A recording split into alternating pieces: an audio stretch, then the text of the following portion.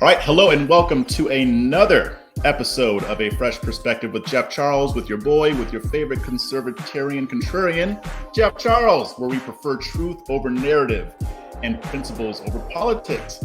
And I got another fire conversation for you guys today. I mean, you know what's going on with all these schools. I've been talking about it a lot. I've been writing about it a lot. And we've got another guest on to talk about some of these issues and the fights that are going on to deal with what's going on with these school districts.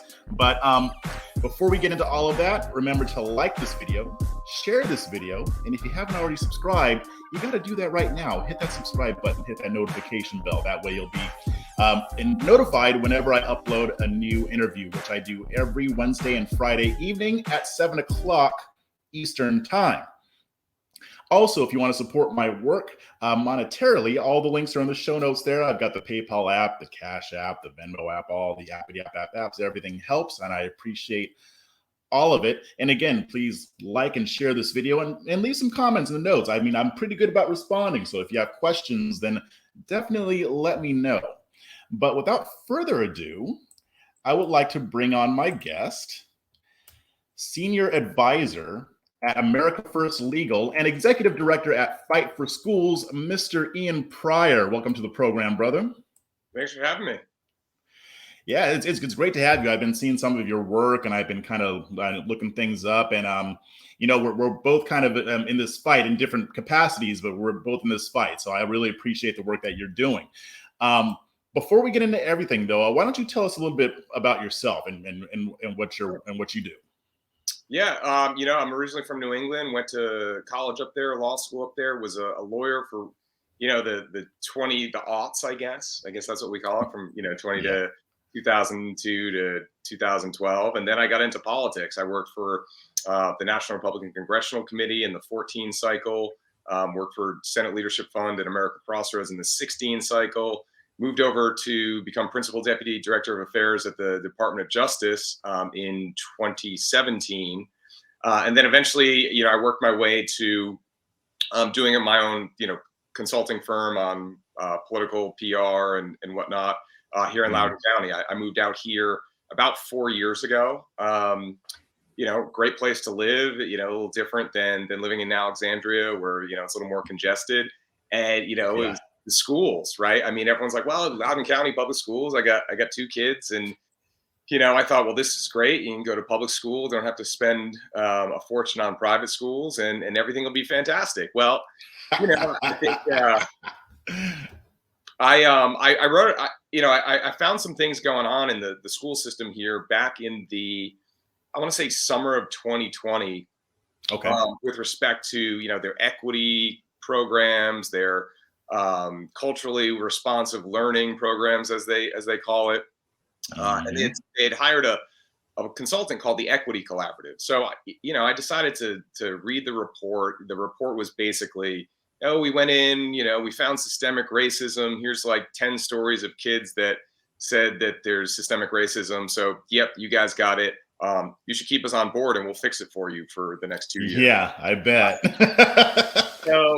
So I ended up sending my first Freedom of Information Act request in, I think, September of 2020, just really for the contract and the payments that they made to this group. And it was, $422,000 in 2019 alone. And I thought, well, that's a pretty interesting story there.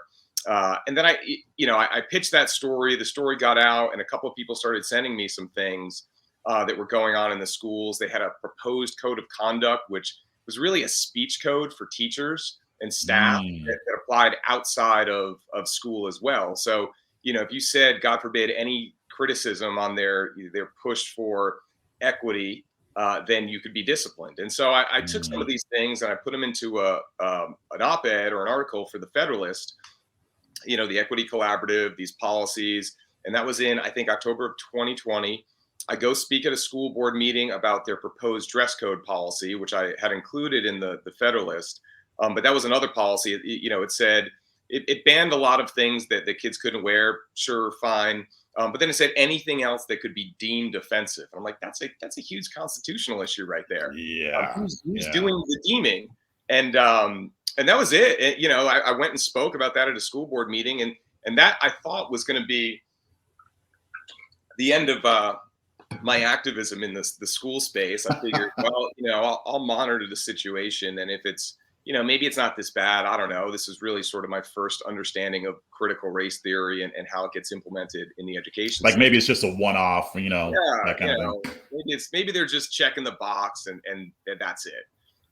Then we get to March of 2021, and you had a member of the school board had posted something in this private Facebook group called the Anti-Racist Parents of Loudoun County. Now she was she was actually calling for people to, hey, come out and push back against the school board member and this other organization that are attacking our equity efforts. Okay, fine.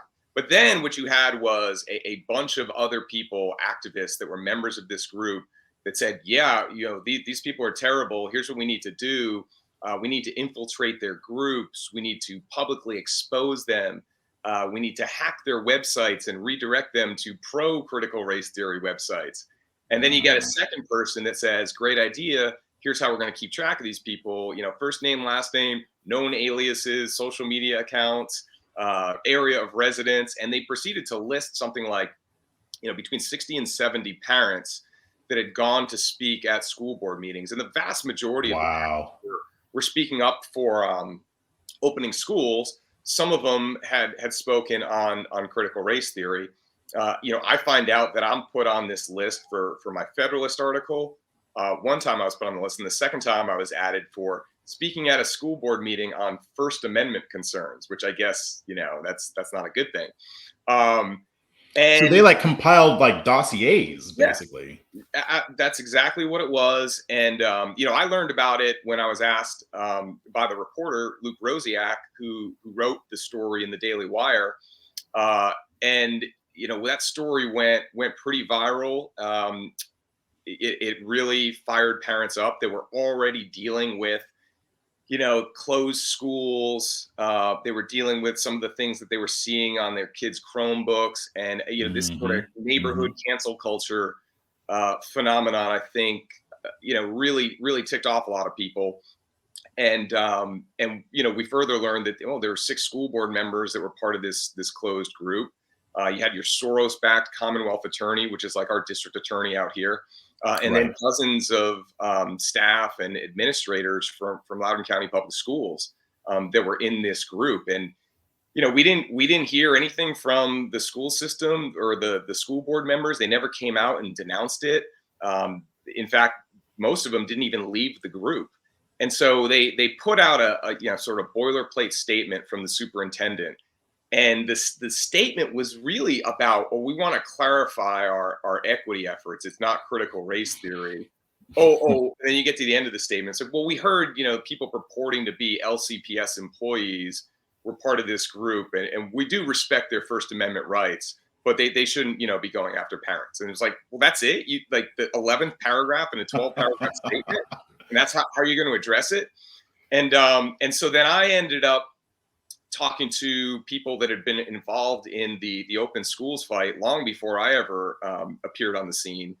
And, we decided that, look, you're not going to get anywhere just by going to school board meetings. You're not going to get anywhere just by sending emails. Let's try and utilize the horrible Virginia removal statute, which is like a recall, but it's not, right? So in other states, you get a certain number of signatures and it automatically, the person is recalled, and then you have a new election. See San Francisco school board and district attorney. Right. And that really, I think, that created a lot of momentum out here. We started getting signatures. People were excited about it. It's the essence of democracy, right? You're using legal means to effectuate change or try and effectuate change.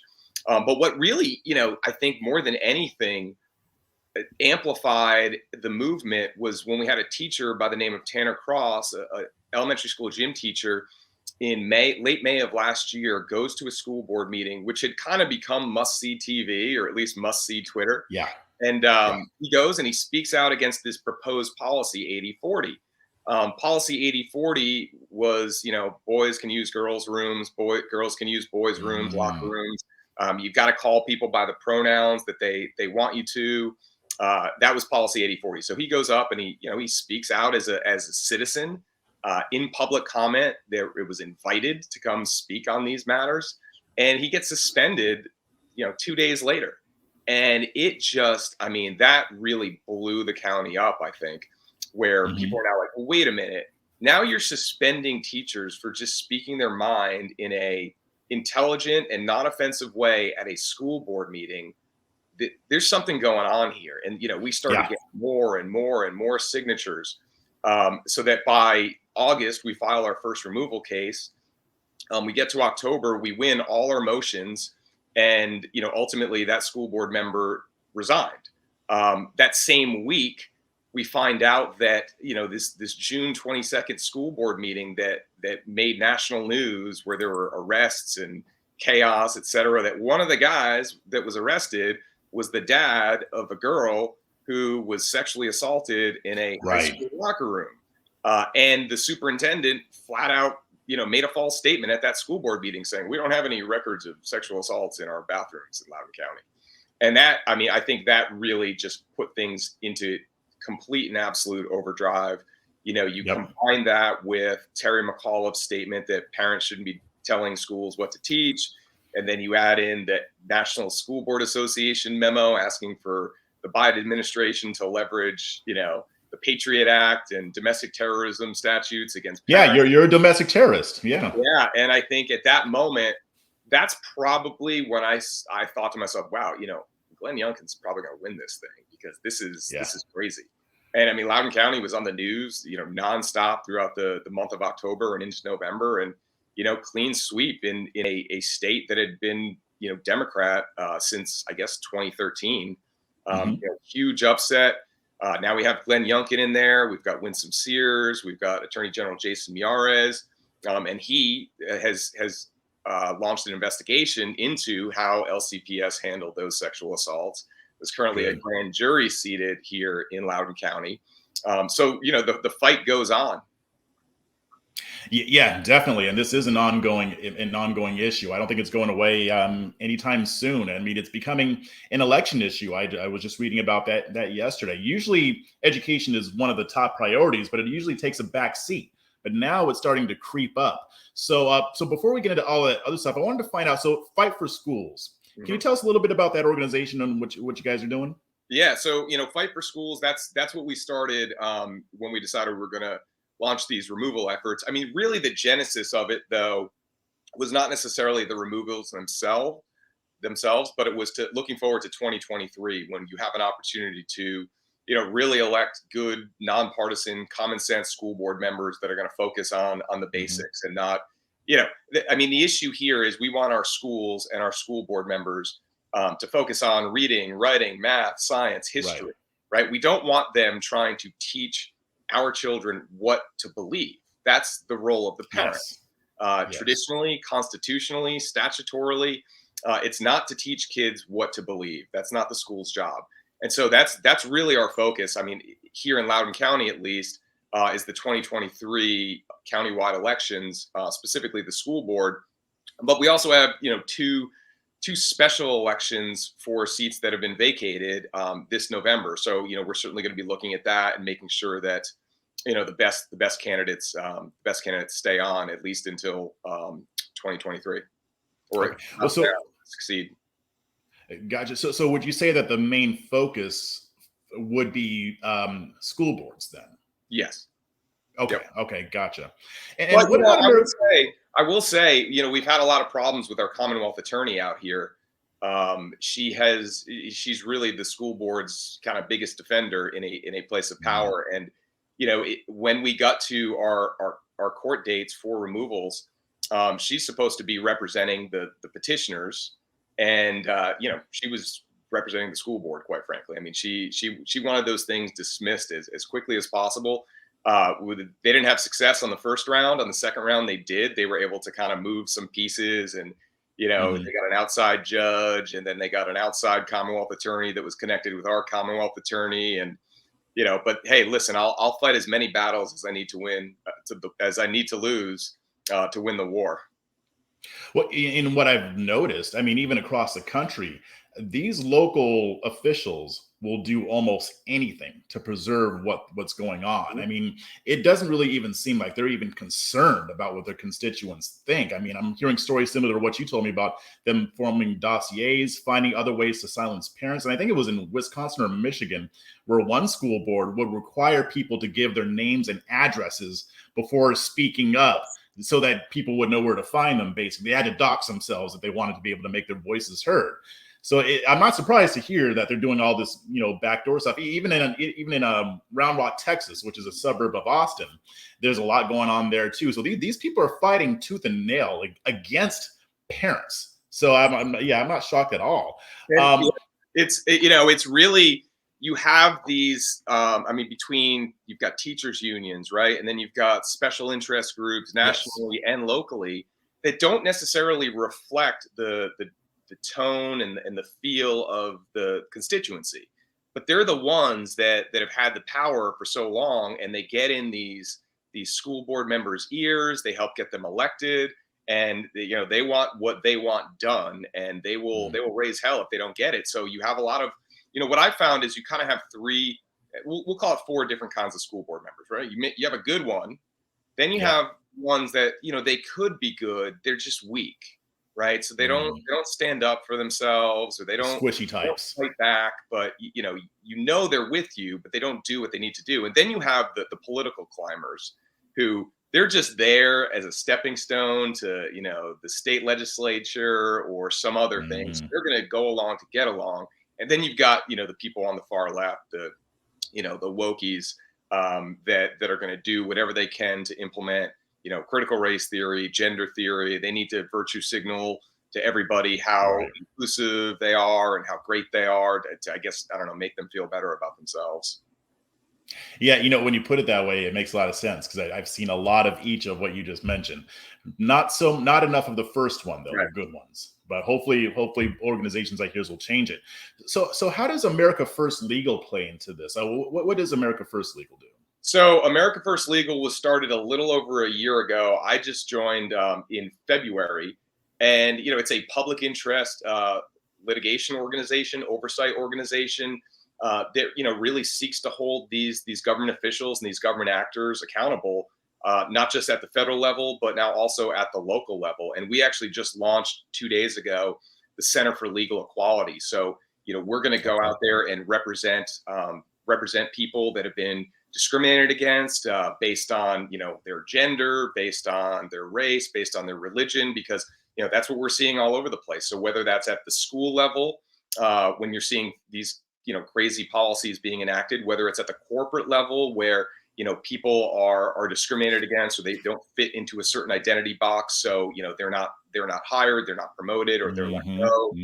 And we are gung-ho about that. And anybody that has a story that they want to share should go to aflegal.org/hotline and share their stories. And, we're going to look for cases where, we think there's a viable claim, and we will do it. And it's pro bono. So, if you come to America First Legal, we're out there fighting for you. And if you have a good case, then, it's certainly something we're going to look at and hopefully take. Well, what about situations where somebody might be punished or fired or disciplined or what have you because of their political beliefs? Right. Well, that's absolutely part of it too.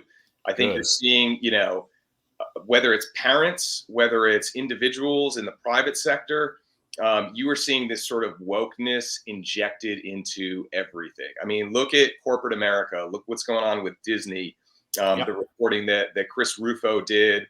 We sent out a shareholder derivative letter with Disney on some of the same things. The pushing back on Florida's bill, which the left says it's the don't say gay bill, but that's not what the bill says at all. It simply says you're not going to teach about gender theory or sexual orientation before third grade or before fourth grade. That's it. I mean, that's the bill, and it provides relief when that law is broken. But again, you can't go to a movie now unless it's Top Gun without having the woke ideologies literally just shoved down your throat, and you kind of have to movies that you thought you could take your kids to, you have to make that choice. Like, do I take them to this? I'll have to have a conversation beforehand to explain. Yeah, you got to screen them first nowadays. Yeah. So you're just seeing it everywhere. Yeah, I mean, I know that with the whole hoopla over the Lightyear thing, and even I had gone to see Doctor Strange, Yeah. the second movie, a few weeks ago. And I'm like, okay, I'm going to see Doctor Strange, and yeah, and then they had injected some of that stuff in there too. Not too much to where I felt like I was being preached at, but just enough to where I knew, okay, you're trying to influence me here. So I mean, it's getting to where it's getting harder to enjoy these movies. I actually don't mind a little bit of it because I mean, a lot of times movies do have a message to them, but the story should come first. I don't want to be preached at. I don't want to be lectured at. I'm going to the movies because I want to see Doctor Strange beat people up, Yeah, well, I was it's funny because was it's Falcon and the Winter Soldier. It came out last year, and I was watching it with my buddy who's, he's kind of on the left, but he agreed. We both agreed on this. The story itself was great, right? I mean, you've got the Falcon becoming Captain America. It's like, that's pretty cool. You got a black Captain America. But by episode 4, they're literally shoving it in your face. Like, we know it. You don't have to make it so obvious. It's actually more powerful if you just watch the show and you're entertained by the show, and then you think, yeah, that's pretty cool. Yeah. With Falcon and Winter Soldier, like there were parts of it that I was like, okay, like they showed what happened to like the original Black Captain America. I was like, okay, I'm cool with all that because that was actually in the comics. The part that rubbed me wrong was, spoiler alert for people who haven't watched it, but by now it's your fault. It's been over a year. But at the very end, when Falcon gives that speech, I'm like, okay. I mean, I could see some of that, but at the same time, after a certain amount of time, like he's just going on and on and on. I'm like, and I'm a black guy, so he's not talking to me. He's talking to you. And I'm like, if I were white, I don't feel like being lectured about this stuff when I'm trying to just watch Captain America beat people up. I mean, it was a little disappointing. So when it comes to public schools, I wanted to find out, what do you see as some of the most pressing issues that you're seeing in public schools right now? Like what are the issues that are standing out most to you? Well, I think the one thing, if I were to rank them, the biggest thing that we're seeing in schools is that they're injecting sort of gender theory at very young ages, right? So kindergarten, they're going to talk about, gender is fluid and you can be a boy one day or a girl one day, right? And then they put in place policies where if you're a girl and you go and you talk to a school counselor and you say, I want to be a boy now, the school doesn't have to tell the parents, right? The policies say, well, the privacy right now belongs with the child, not the parents. So the parents don't have a right to know. They have to earn that right, which is a fundamental problem constitutionally, right? I mean, the 14th Amendment guarantees the liberty interest of parents to be able to raise their children. And certainly, when we're talking about curriculum, a parent doesn't have the ability to go in there and say, well, listen, I want you to teach this history lesson and that history lesson and teach this classic and that classic. Well, it doesn't go that far. But when we're talking about things like beliefs that I talked about before, morals, religion, even political beliefs, that is not something that schools traditionally or legally should be involved in. And to take that right away from the parents to know what's going on with their child. I mean, heck, you have to get a permission slip to give a kid Tylenol, right, at the school nurse's office. But they're not going to tell the parents if the kid all of a sudden wants to go down a path that could lead to, puberty blockers and testosterone and then surgery. And then when they're 25 or, even 18, they're like, wait a minute, what did I do? But it's too late at that point. They've physically and mentally damaged themselves to such an extent that it's irreversible. So that would be number one. In number two is really how they're implementing critical race theory. Now, some of the things that I've heard that the pushback from the left is, well, we're not teaching critical race theory.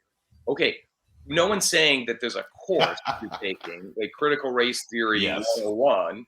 But what they're doing is they are training teachers in these seminars, in these teacher trainings, to see things through the lens of critical race theory, which is the myth of meritocracy and colorblindness, the permanence of racism in our institutions, in our traditions, in our language, in our society. That is what they are pushing on teachers, to view that and to try and really find the racism everywhere and then disrupt and dismantle it. And what are they going to do? What are teachers going to do with that? They're going to apply that as teachers. That's the whole point of a teacher training. Mm-hmm. So that is how they're doing it. And we had, through America First Legal, there's a lawsuit in Pennsylvania. A gentleman by the name of Ben Auslander, great parent, wouldn't let go, and we were able to find some things. They hired a group called the Pacific Educational Group to come in and do these teacher trainings. They spent close to $500,000 on it. Yeah. And he submitted a right to know request to go inspect these teacher training materials. They tell him that because of copyright, you can't take pictures or photocopy it. So he goes in, he's reviewing the stuff, he's taking voice notes, and then they kick him out and say, well, you can't do that. It's a copyright violation. So on top of that, we brought a federal lawsuit, and as part of that, we received 166 pages of the Pacific Educational Group's materials. And what you see is that critical race theory is the key piece. I mean, they spell it out. They tell you, yeah. That is how they transform schools, by implementing critical race theory in education. And for those people that say, well, critical race theory, it's just about teaching history. Well, nowhere in that 166-page document is there any history, okay? There was no history of the Civil War, of the 13th Amendment, of Plessy versus Ferguson, of Brown versus Board of Education, none of that. It's just a lens on which to examine things, to teach things, and to act on things. And, I would also say meritocracy, right? We have meritocracy, at least still, I hope, where you go to school, and if you do well, you get a good grade. If you don't do well, you don't get a good grade. Hard work, you're going to do better.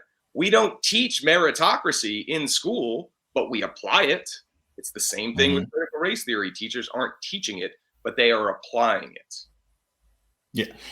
Well, and it's funny that you mentioned meritocracy, because they would have you think that the idea that if you work harder and you do better, that's a concept of whiteness. That doesn't describe people like me, because apparently Black people don't believe that. I don't know. It's ridiculous. I'm reading that stuff in the documents, and you hear a lot of people saying, well, this is racist to white people. I'm like, this is racist to everybody, right? And hard work, being polite, scientific method, that's a trait of whiteness. I thought that was just a trait of people that are successful. But then again, they say, work before play, trait of whiteness. Like, give me a break. That is racist towards everybody. Yeah. Black and brown people, that they don't believe in hard work. They don't believe in thinking rationally. They don't believe in this and that. You know who else agrees with that? David Duke probably agrees with all of that too. Like they've got a lot in common with the people that they say they hate. It's bizarro world. It really is. Yeah. So I mean, and I'm glad that you made that delineation, because yes, no, there aren't any teachers going into their classrooms and say, hey, let's open up our critical race theory books. But you're right. These are ideas inspired by critical race theory. It's viewed through that lens. And a lot of the stuff that they're teaching in these classrooms can be traced to critical race theory, because people on the left always ask you, oh, well, give an example. Well, the concept of whiteness, that is a concept that came out of critical race theory. And you see a lot of these elementary school classes, junior high, high school, teaching about why the concept of whiteness is bad, what negative attributes are attributed to whiteness. So that's a direct line. So we can't really say that it's not being introduced into the classrooms. But here's my question, though. I mean, you focus mainly on public schools, but from the numbers I'm seeing, public school enrollment has gone down. Private school enrollment is going up, homeschooling going up. So there's a lot of talk of school choice as being one of several solutions. Well, what do you think about the concept of school choice? Like, what's your position on that? Yeah, I mean, look, I think that it is not a cure-all, but it has to be in the toolbox of improving education in America, right? And that's not to say we don't have public schools. Of course, we have public schools. We should have all of that. We should have a full choice of whether you want to send your child, you want to homeschool your child, you want to send your child to a religious school, a private school or public school. And then even within public school, there needs to be significant choice within the school system, right? So people always say on the left or on the other side of this battle, like, well, equity means not being stuck or not having your future determined by your zip code. Well, I agree with that. right? So you should give everybody the opportunity to go to the school that they want to go to, or that they want to send their child to. And that's going to improve performance all over the place. That's going to improve, you're going to find more schools opening up. That's going to make public schools become more competitive. The ones that aren't working aren't going to survive. The ones that are working are going to thrive. And that's how it works. I mean, I think there are other things that need to be done as well. Like in the public school space, I think superintendents, we might need to consider electing superintendents. Right now, what we see here in Loudoun County is we've got a superintendent who's just clearly in over his head. I mean, he was hired a year ago. He was interim for a couple of months before that. He just doesn't get it. And the only way we can get rid of the superintendent is if the school board fires him. So in order to get the school board to fire him, we got to get 5 votes to fire him. And it's so complex. The superintendent really runs the school system. I mean, that's the educational industrial complex at work. You've got, you've got unions, and then it used to be the unions and the superintendents would fight. Now they're on the same side, basically. And you get this massive administration that, in Loudoun, it's like a $1.6 billion budget. They go to the school board and say, we're doing this, this, and this. And then the school board basically, will vote on it. Right. So the power, there's an imbalance of power between unelected officials that are really calling the shots, and then these elected officials who, as I said earlier, I mean, 3 out of the 4 categories, are not going to be helpful. So I think really you got to look at superintendents. I also think that a lot of the problems come from these consulting contracts. I mean, you have a multi-million-dollar, if not billion-dollar industry out there where you have the Pacific educational groups, the equity collaboratives, et cetera, that are going out there billing millions of dollars to school districts to go in and find the problem and then stay on to fix the problem perpetually. You're never actually going to solve the problem because it doesn't actually exist in the way that they framed it. Right. So, there needs to be a mechanism where those contracts have to come up, and almost like a federal government rulemaking, where you've got to put up those contracts for the public to see. You've got to give them all the information before that contract ever gets signed. And they pull a lot of things with procurement where they'll do no bid contracts, and maybe it's up on the website somewhere, but you got to go finding it, and you don't really have an opportunity to make it difficult. And I think those are kind of things that, those are at least, well, if you include school choice, 3 of the things that could be helpful in giving parents, certainly more choice, and giving students more opportunity to succeed. So, and that kind of leads into my next question. I mean, a lot of this came to light a couple of years ago. I mean, it's probably the biggest silver lining to the pandemic because kids were learning from home. Parents were overhearing their Zoom lessons. They were seeing more of the material, and they're like, what the hell is going on here? But really, this started a long time ago. Its origins, I mean, from the people I've talked to, started even back in the 80s. They were starting to introduce this stuff. Fast forward to now, I mean, almost 40 years. This stuff is pretty entrenched. So, I mean, how can we take public schools back? I mean, I'm all for homeschooling, private schools, all that stuff. But public schools are never going away, right? I mean, there's going to be people who have to put their kids there. So we do need to fix that. But how? When this stuff is so entrenched in all these school districts, how do we take it back? I mean, you mentioned like the superintendents and some other things, but what other things do parents need to be doing to push back against this? And the things I talk about are, certainly policy solutions, but what we've seen over the past 2 years, I mean, they need to keep doing that, right? They need to keep going to school board meetings, knowing what's on the agenda, researching what's being done, staying on top of it. And it's tough because, parents, they work. They don't necessarily have time to be sifting through proposed policies. But if you're sending your kids to public schools, you really have to be aware, and you have to go to those school board meetings and speak up. You also have to develop relationships with your school board members.